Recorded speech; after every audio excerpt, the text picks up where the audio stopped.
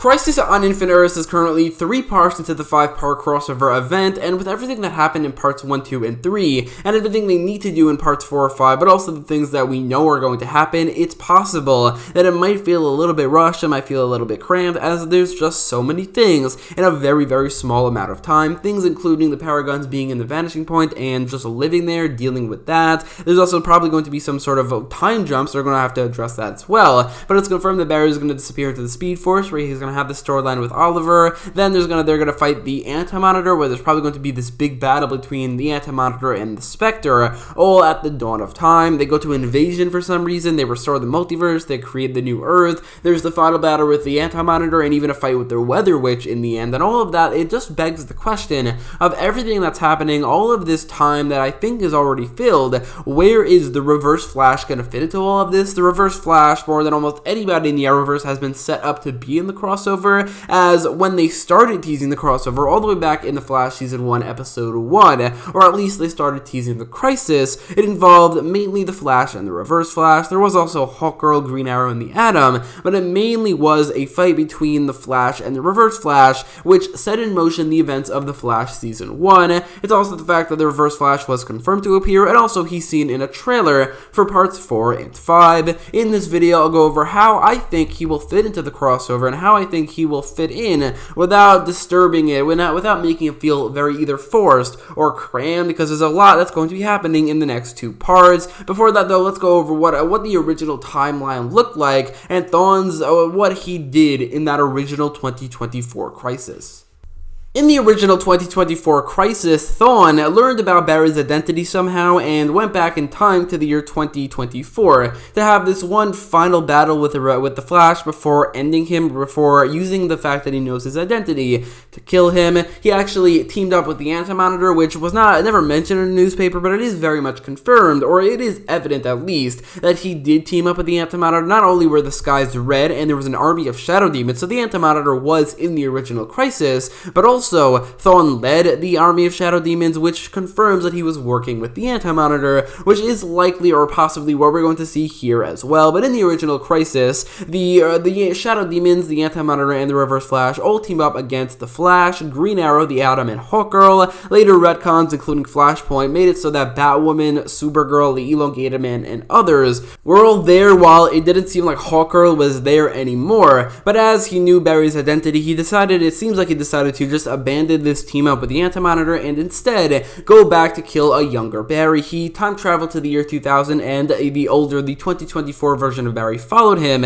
and while he did try to kill the younger Barry, the older Barry stopped him, and he killed Nora Allen instead. Because of this, Thawne lost his powers, as Barry never became the Flash. It did seem like Barry disappeared somewhere. Maybe he also lost his powers, or maybe he was erased from existence, because he, as the Flash, no longer exists. But for some reason, Eobard Thawne he wasn't erased from existence and then brought to a point where he didn't have his powers, but he was never the Reverse Flash, but instead he was still in the year 2000 without his powers. But Thawne losing his powers and getting stuck in the year 2000 was the catalyst for what we saw in the Flash Season 1, as Eobard Thawne took over Harrison Wells' life, created the particle accelerator 6 years early in the year 2014, or actually 2013, so 7 years early, and Barry became the Flash, and that was the TV show. So it is possible that the whole thing will come full circle, as in the 2019 Crisis at this time, we'll be seeing the same thing, but maybe a little bit bigger. The Matt Letcher version of Reverse Flash, the pre-Season 1 version of the Reverse Flash, appears,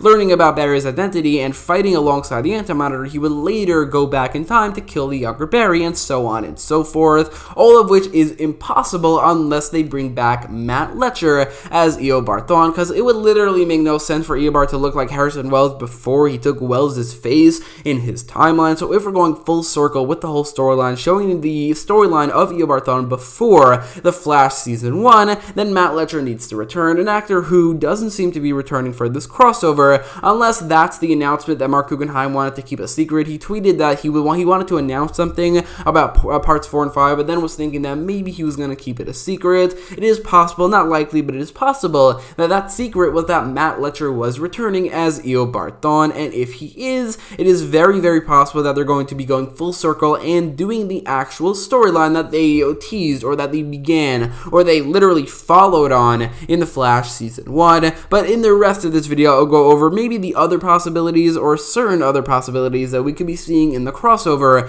regarding how the Reverse Flash could fit into it. I will begin with what I just talked about, how Matt Letscher as Eobard Thawne could potentially fit into the crossover with that same storyline. So if that possibility were to happen, Matt Letscher does return as Eobard Thawne, that would have to happen probably in Part 5. And in order not to undermine the AntiMonitor as the main villain, because don't get it wrong, the AntiMonitor is certainly the main threat of the crossover, and it's not the Reverse Flash. But in order to not undermine the AntiMonitor, like say the AntiMonitor is a villain, but then he's defeated, and then the Reverse Flash pops up being another main villain in the final part, I do think that this all has to happen during the final battle of against the AntiMonitor, where you see in these set photos, the heroes are all teaming up, all running at the AntiMonitor, and the AntiMonitor is there alone. But that's only because I think everything behind him or beside him is all going to be later put in After Effects and CGI. He's probably leading an army of shadow demons. He's also probably maybe standing next to a CGI Reverse Flash, and potentially also a Reverse Flash played by Matt Letscher. So that's probably, if they're bringing back Matt Letscher, if they're going full circle, then that's absolutely where they need to do it, because Part 4 really doesn't seem like there's any room for that, and in Part 5, it cannot happen after the AntiMonitor is defeated. It has to happen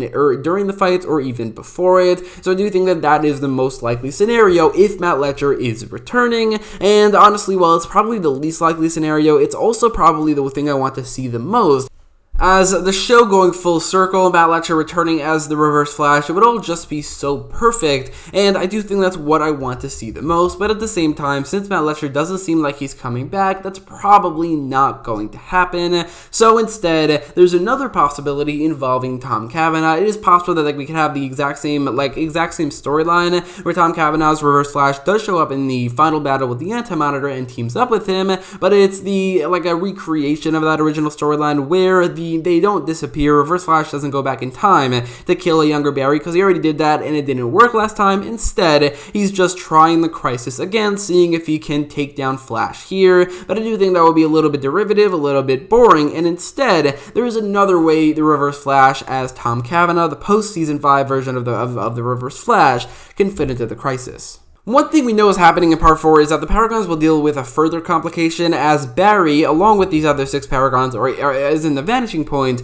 but for some reason or another in Part 4, Barry disappears, leaving the other 6 Paragons by themselves in the Vanishing Point. Now, just the disappearance of the Flash in Part 4 is just eerily similar to the newspaper, what's been leading up to the whole crossover. The Flash vanishes in Crisis. It is very similar, even though he disappeared from the Vanishing Point. But what if this whole storyline of him vanishing into the Speed Force actually does involve the Reverse Flash? I'm guessing that if in the original Crisis of 2024, the multiverse was destroyed by the AntiMonitor but then later restored yet again, then I'm guessing the Reverse Flash wasn't really involved in the actual Crisis until the very end. But if this is the case, and if in Part 4 of the crossover he is involved, then it probably would have to be very different. The way he can have survived the destruction of the multiverse is by taking refuge in the negative Speed Force, as previously, especially in The Flash Season 1 when he was destroyed or he was erased from existence, or in Legends of Tomorrow Season 2. He used the negative Speed Force to survive his erasure, or at least the main Reverse Flash did that, and maybe he did the same thing here with literally everybody else except for the Paragons, Oliver, and the AntiMonitor being destroyed by the wave of antimatter. Then maybe Reverse Flash is a 9th person or a 10th person who wasn't destroyed, and maybe he used the negative Speed Force to survive. So using the negative Speed Force and going to the Vanishing Point, he shows up, he fights the Flash, they both end up disappearing, potentially into the Speed Force. Barry gets some guidance from Oliver and defeats Thawne, and with the guidance from Oliver, he, with the Paragons, fight the AntiMonitor, potentially defeat him in the dawn of time, and then restore the multiverse, then going back to the present day, defeating the AntiMonitor yet again, and that's the ending of the Crisis. But I do think that that's probably maybe where Thawne will fit into all of this in Part 4, as he is the cause of Barry's disappearance into the Speed Force.